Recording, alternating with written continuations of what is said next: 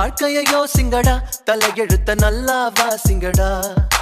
யோசிச்சு பாருங்கடா, எல்லோரும் ஒன்னா சேருங்கடா. இருக்கிற வரைக்கும் அனுபவிக்க இளமை ஏத்துக்கடா. வருகிற வரைக்கும் லாபமடா, வசதிய தேடுங்கடா. இனி ஜல்சா பண்ணுங்கடா, குஜாலா ஜில்பா காட்டுங்கடா. இனி ஜல்சா பண்ணுங்கடா, குஜாலா ஜில்பா காட்டுங்கடா.